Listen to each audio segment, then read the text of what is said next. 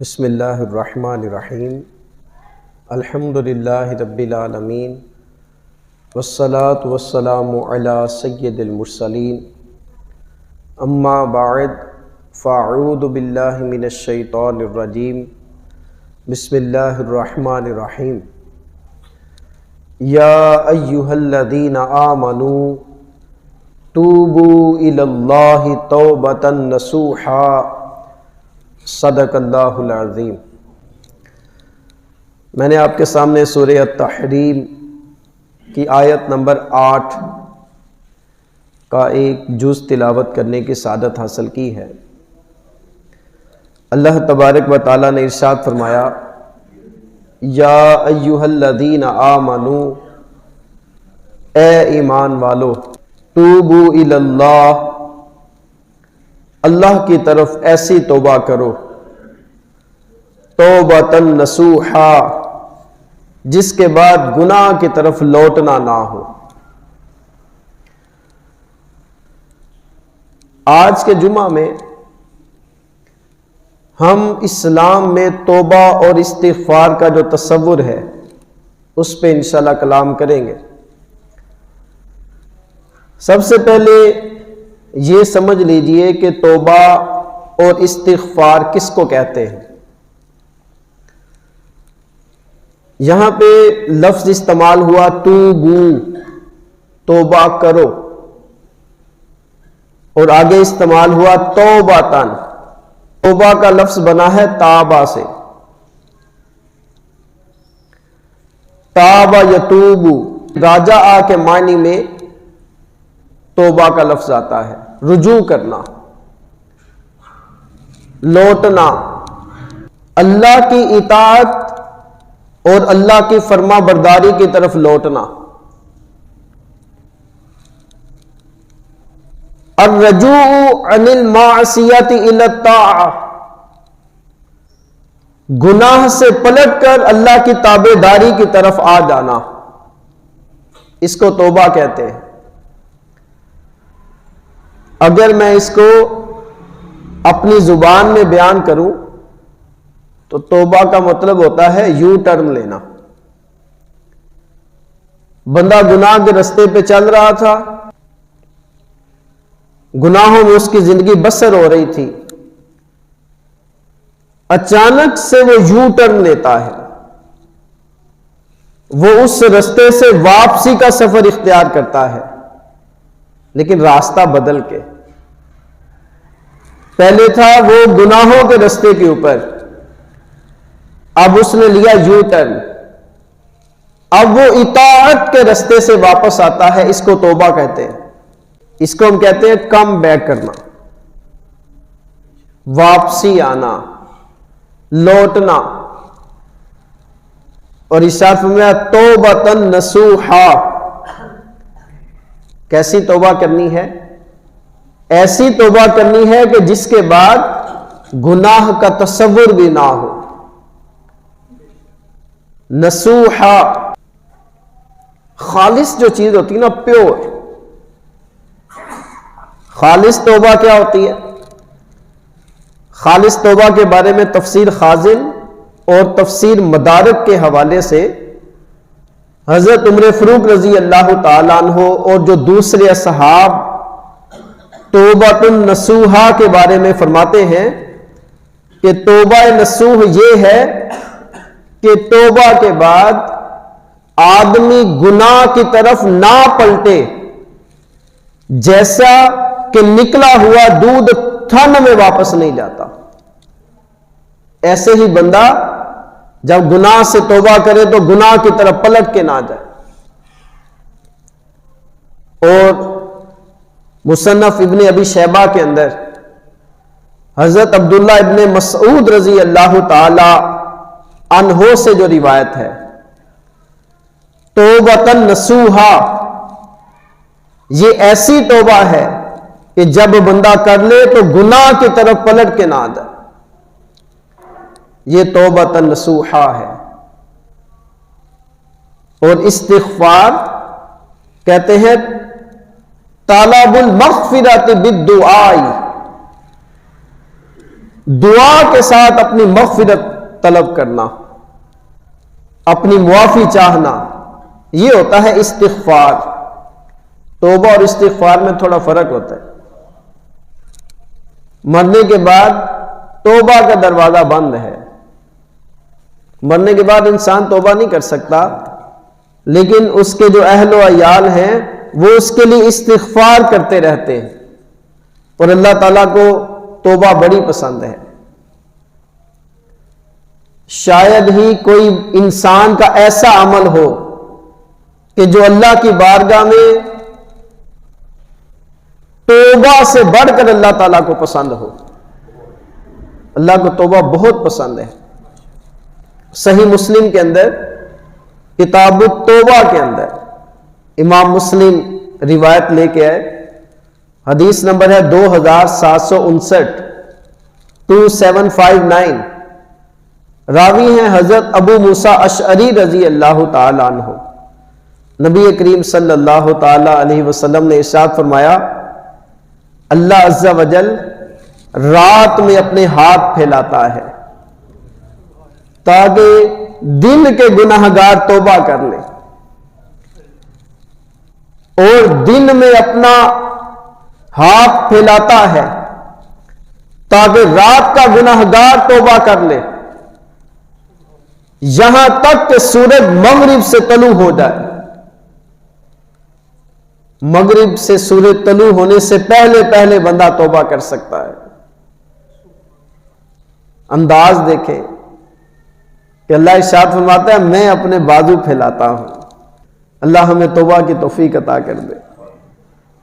جب یہودیوں نے کہا نا، یہ سورہ مائدہ کی جو آیت نمبر 64 ہے، وقالت اليہود، اور یہودیوں نے کہا ید اللہ مغلولہ، کہ اللہ کا ہاتھ بندھا ہوا ہے۔ اللہ تعالیٰ نے ہاتھ ٹائٹ کیا نا ان کی طرف سے، ان کی تجارت میں نقصان ہوا، کاروبار میں نقصان ہوا، تو وہ کہنے لگے کہ اللہ کا ہاتھ بندھا ہوا ہے۔ اللہ تبارک و تعالیٰ نے ارشاد فرمایا بل یداہ مبسوطتان، بلکہ اللہ کے ہاتھ کشادہ ہے، یعنی اس کے دونوں ہاتھ پھیلے ہوئے ہیں۔ ایک بات یہ بھی پتہ چلی کہ اللہ کے دو ہاتھ ہیں۔ ہمارے دو ہاتھ ہوتے ہیں نا، ایک دایاں اور ایک بایاں، لیکن اللہ کے دونوں ہاتھ دائیں ہیں، اللہ کے دونوں ہاتھ رائٹ ہیں، اور اللہ تبارک و تعالیٰ ارشاد فرماتا ہے کہ اس کے دونوں ہاتھ پھیلے ہوئے ہیں۔ علماء نے یہاں پہ ایک بڑا پیارا نقطہ لکھا ہے۔ علماء فرماتے ہیں کہ جس کے دونوں ہاتھ پھیلے ہوئے ہوں، جب اس کی بارگاہ میں کوئی ہاتھ اٹھائے گا تو وہ مفلس کیسے لوٹے گا؟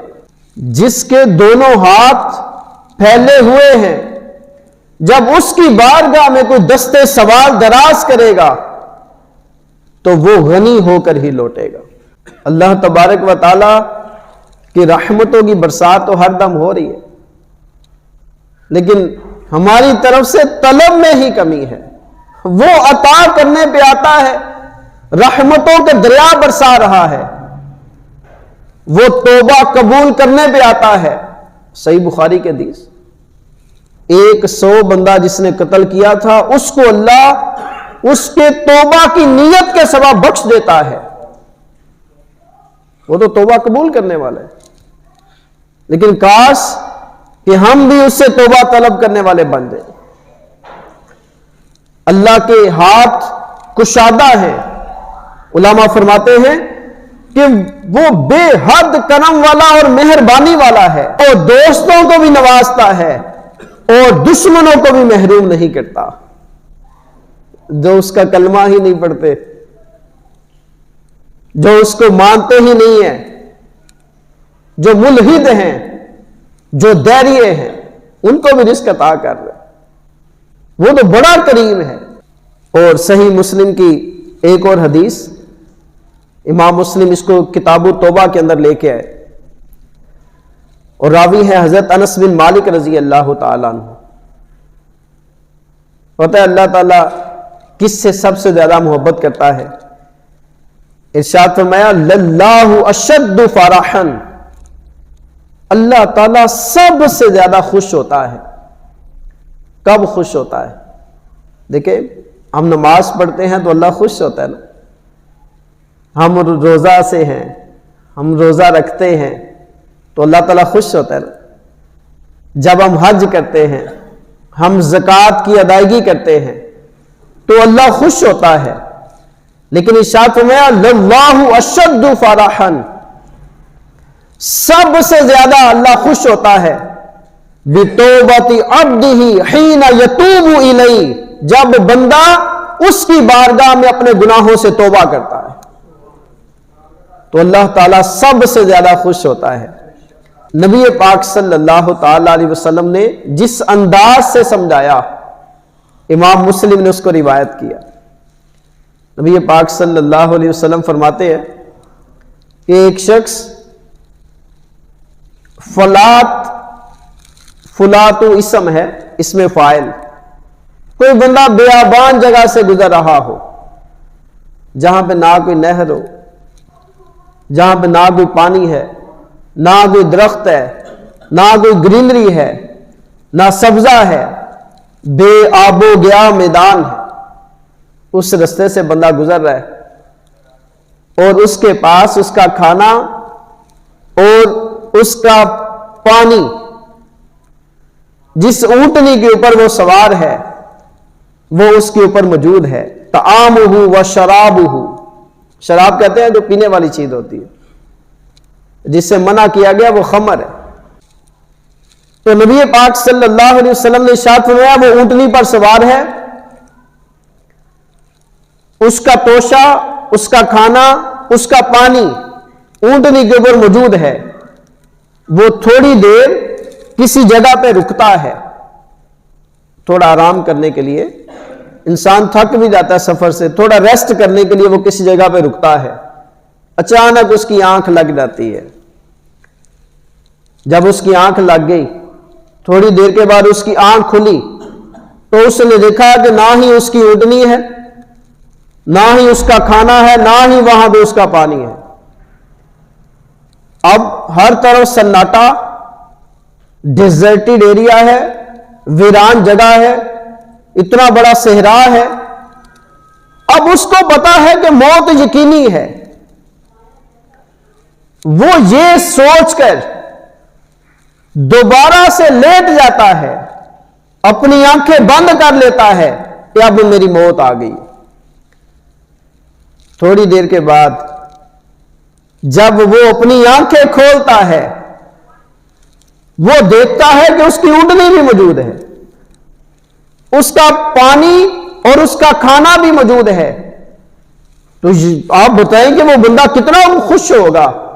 نبی پاک صلی اللہ علیہ وسلم نے ارشاد فرمایا ثم قال من شدت الفرح، وہ اتنا خوش ہوتا ہے اور اللہ کی بارگاہ میں اس کا شکر ادا کرنے کے لیے اپنی زبان کھولتا ہے، اس خوشی کے عالم میں وہ کہتا ہے اللہم انت عبدی، اے اللہ تو میرا بندہ ہے، وَأَنَا رَبُّكَ، اور میں تیرا رب ہوں۔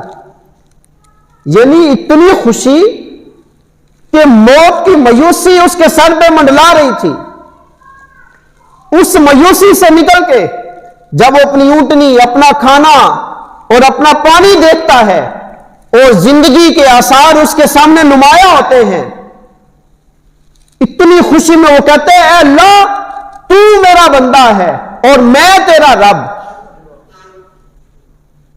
اللہ تبارک و تعالی کے پیارے نبی صلی اللہ علیہ وسلم نے ارشاد فرمایا وہ ایسا کیوں کہتا ہے اخطأ من شدت الفرح، وہ خوشی میں شدت کی وجہ سے اس کو سمجھ نہیں آتی میں کیا بول رہا ہوں۔ آپ صلی اللہ علیہ وسلم نے ارشاد فرمایا جتنی خوشی اس بندے کو اس وقت ہوئی نا، اس سے زیادہ خوشی اللہ تبارک و تعالیٰ کو اس وقت ہوتی ہے جب اس کا بندہ اس کی بارگاہ میں توبہ کر لیتا ہے۔ کیا محبت کا انداز ہے، مثال دیکھیں، این انسان کی فطرت کے مطابق سمجھانے کا انداز ہے کہ اے بندے تو میری بارگاہ میں آ تو صحیح، تو میری بارگاہ میں ہاتھ اٹھا تو صحیح،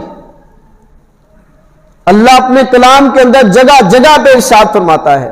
سورہ زمر کی آیت نمبر 53، آیت نمبر 53 میں اللہ تبارک و تعالیٰ نے ارشاد فرمایا قُلْ يَا عِبَادِيَ الَّذِينَ أَسْرَفُوا عَلَىٰ أَنفُسِهِمْ لَا تَقْنَطُوا مِن رَحْمَةِ اللَّهِ إِنَّ اللَّهَ يَغْفِرُ الذُّنُوبَ جَمِيعًا إِنَّهُ هُوَ الْغَفُورُ الرَّحِيمُ. اللہ ارشاد فرماتا ہے اے میرے وہ بندوں جنہوں نے اپنی جانوں پر ظلم کیا ہے، جنہوں نے اپنی جانوں پر زیادتی کی ہے. کیا ایسا نہیں لگتا کہ اللہ تعالیٰ یہ ہم سے ہی ارشاد فرما رہے ہیں؟ مجھ سے، آپ سے کتنی لغزشیں ہوتی ہیں دن بھر کے اندر. رات کو سوتے ہوئے لغزشیں ہوتی ہیں، اٹھتے ہیں تو لغزشوں کے اندر وقت گزرتا ہے. تو اللہ ارشاد فرماتا ہے میرے وہ بندوں جنہوں نے اپنی جانوں پر زیادتی کی، اللہ کی رحمت سے مایوس نہ ہونا. بے شک وہ سب گناہ بخش دیتا ہے، بے شک وہ بخشنے والا مہربان ہے. اس کے علاوہ کون ہے جو ہماری صدا کو سنے گا؟ کون ہے جو ہمارے گناہوں کو بخشے گا؟ اللہ تبارک و تعالیٰ نے ارشاد فرمایا وَمَن يَغْفِرُ الذُّنُوبَ إِلَّا اللَّهُ، اور اللہ کے سوا کون گناہوں کو معاف کر سکتا ہے؟ وہی تو غفور الرحیم ہے. اس کے علاوہ کون ہے جو ہماری حاجت کو پورا کرے؟ اس کے علاوہ کون ہے کہ جب ہم گناہ کر بیٹھے، اپنی جانوں پر ظلم و زیادتی کر بیٹھے، وہ ہمارے گناہوں کو معافی عطا کر دے؟ الا اللہ، مگر اللہ، اس کے سوا کوئی بھی نہیں ہے. اس کی بارگاہ میں سچی توبہ کرو، اس کو فارمیلٹی نہ سمجھا کرے.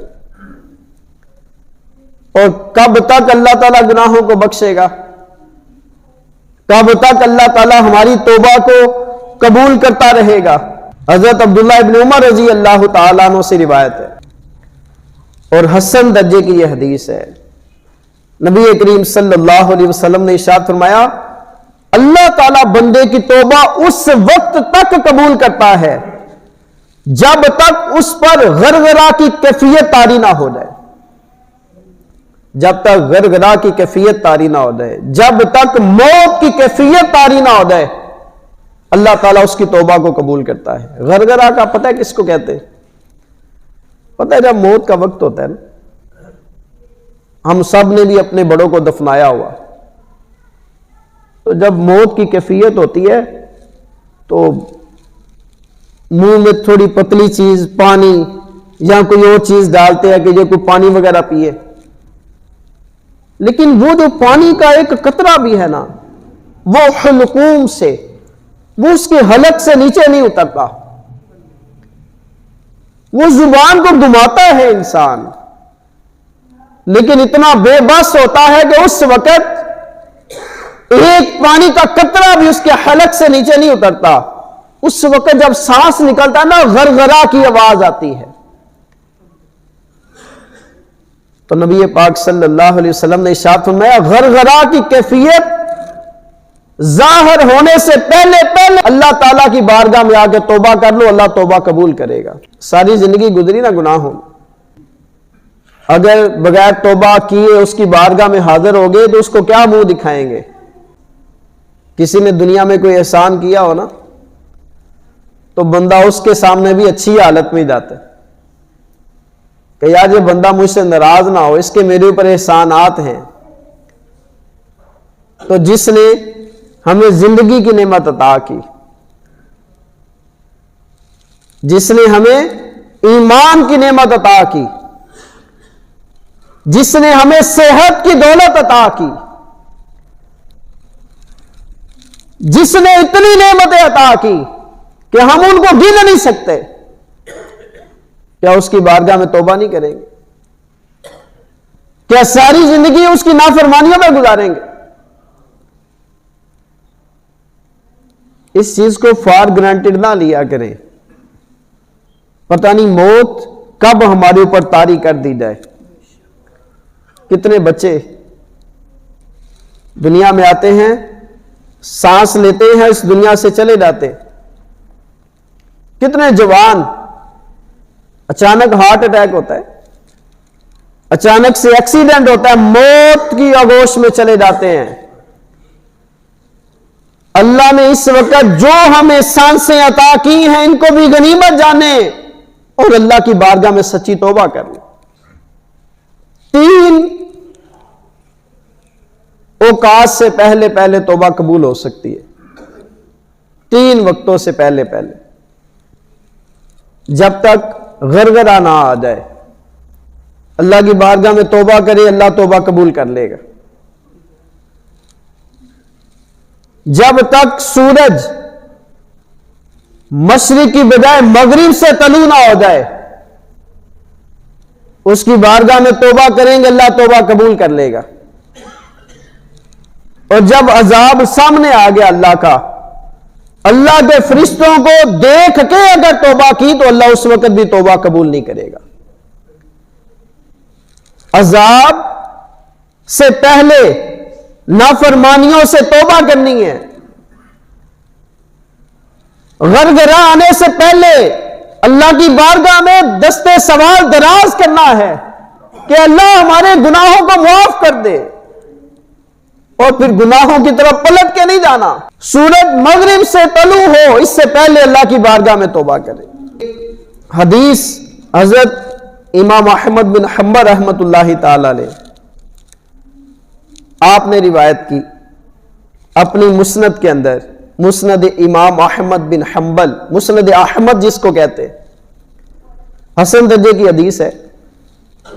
حضرت ابو سعید خدری رضی اللہ تعالی عنہ سے روایت ہے کہ رسول اللہ صلی اللہ تعالی علیہ وآلہ وسلم نے ارشاد فرمایا, اللہ تبارک و تعالی نے جب شیطان کو راندہ درگاہ کیا, جب اس نے ابا واستکبرا, اس نے تکبر کیا, غرور کیا, تو اللہ تبارک و تعالی نے اس کو اپنی بارگاہ سے دھتکار دیا, اپنی بارگاہ سے اس کو نکال دیا. تو جب اس کو راندہ درگاہ کیا تو اس نے کہا, اے رب مجھے تیری عزت کی قسم ہے, میں تیرے بندوں کو تب تک بہکاتا رہوں گا جب تک ان کی روحیں ان کے جسموں کے اندر موجود ہیں. اس پر اللہ تبارک و تعالی نے ارشاد فرمایا, مجھے میری عزت اور میری بزرگی کی قسم ہے, میں تب تک ان کو بخشتا رہوں گا جب تک وہ مجھ سے مغفرت طلب کرتے رہیں گے, جب تک وہ مجھ سے مغفرت طلب کرتے رہیں گے. ان 3 اوقات سے پہلے پہلے اللہ تبارک و تعالیٰ کتنا غفور رحیم ہے کہ اپنے بندے کی توبہ کو ہر وقت قبول کرنے کے لیے تیار ہے. صحیح بخاری کے اندر حدیث ہے, اللہ ارشاد فرماتا ہے, میرے بندے تو چل کے آ, میں دوڑ کے آؤں گا. یار اور کیا چاہیے, لیکن ایک بات یاد رکھیں, غفور الرحیم ہے, بخشنے والا ہے, لیکن جبار بھی ہے. اس کا یہ مطلب نہیں ہم اپنے گناہوں پہ دلیر ہو جائیں. وہ ضرور بخشنے والا مہربان ہے, لیکن وہ جبار اور قہار بھی تو ہے. اس کی صفت سے ڈرے. جو ایمان ہے یہ خوف اور امید کے درمیان چیز ہے, بے باک نہیں ہونا چاہیے. اس کی بارگاہ میں دلیری نہیں دکھانی, بے باک نہ ہو بندہ, وہ تو ہر وقت توبہ قبول کرنے کے لیے تیار ہے.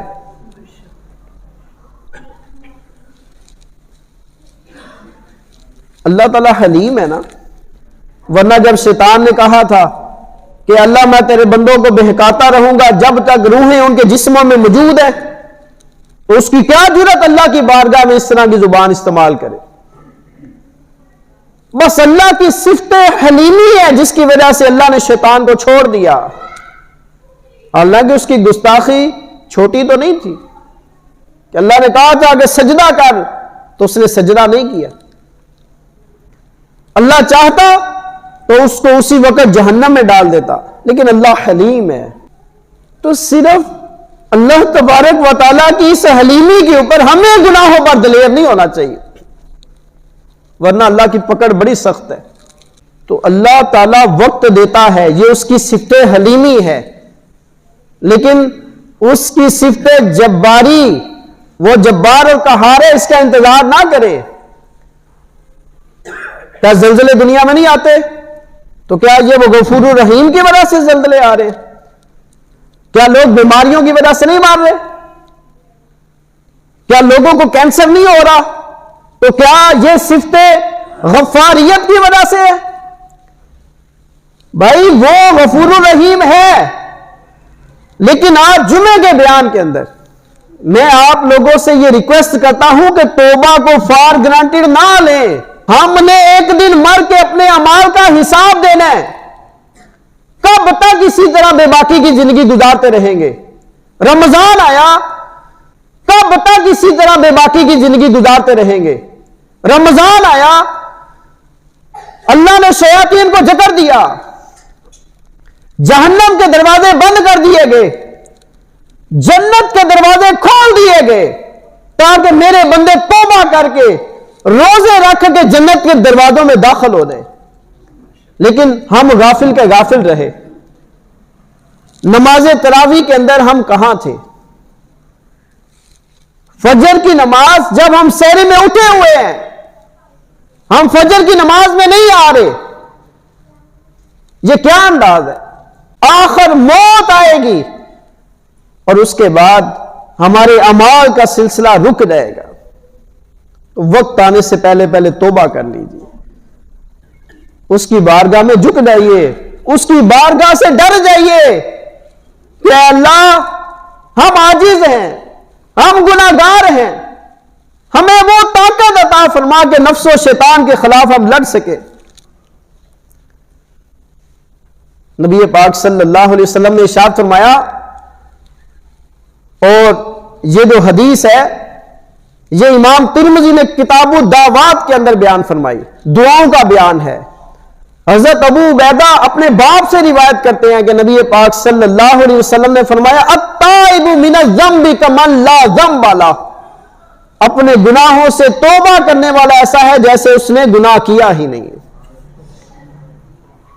جیسے اس نے گناہ کیے نہیں، اللہ تعالیٰ اس کے گناہوں کو ایسے معاف کر دیتا ہے۔ امام احمد بن حنبل نے اپنی مسند کے اندر حضرت عبداللہ ابن مسعود رضی اللہ تعالی عنہ سے روایت تو بیان فرمایا، ارشاد فرماتے ہیں، الندم توبۃ، ندامت توبہ ہے۔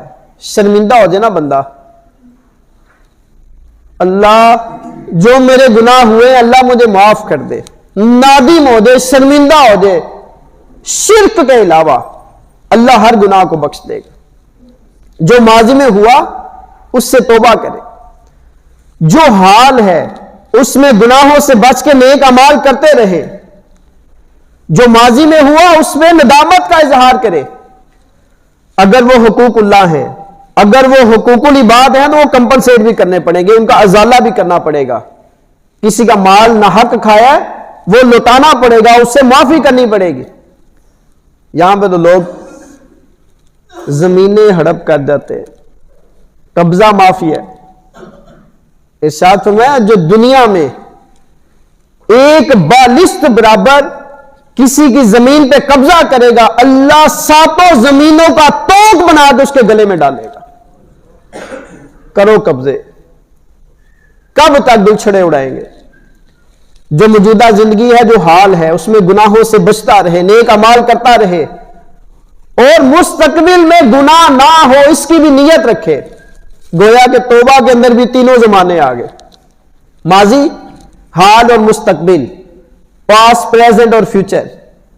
جو ہوا اللہ معاف کر دے، اور پھر ایسی توبہ کہ دوبارہ وہ گناہ نہیں کرنا۔ رمضان کا آخری جمعہ، پتہ نہیں زندگی کا آخری دن ہی ہو، کیا پتا، ان لمحات کو غنیمت جان لو یار، اور اللہ سے کہے اللہ معاف کر دے۔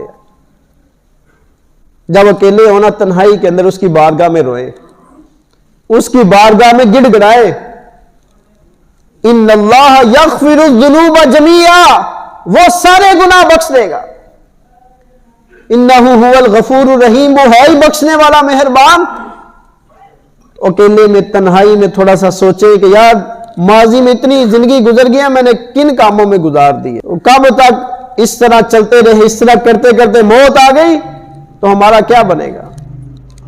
اللہ ہمیں سچی توبہ کی توفیق عطا کر دے، اور اللہ تعالی ہم پہ اپنی رحمت کے دروازے کھول کے رکھے، اور وہ جو 3 وقت بتائے گئے اللہ ان سے پہلے توبہ کی توفیق عطا کر دے۔ آمین بجاہ النبی الامین صلی اللہ تعالی علیہ وسلم۔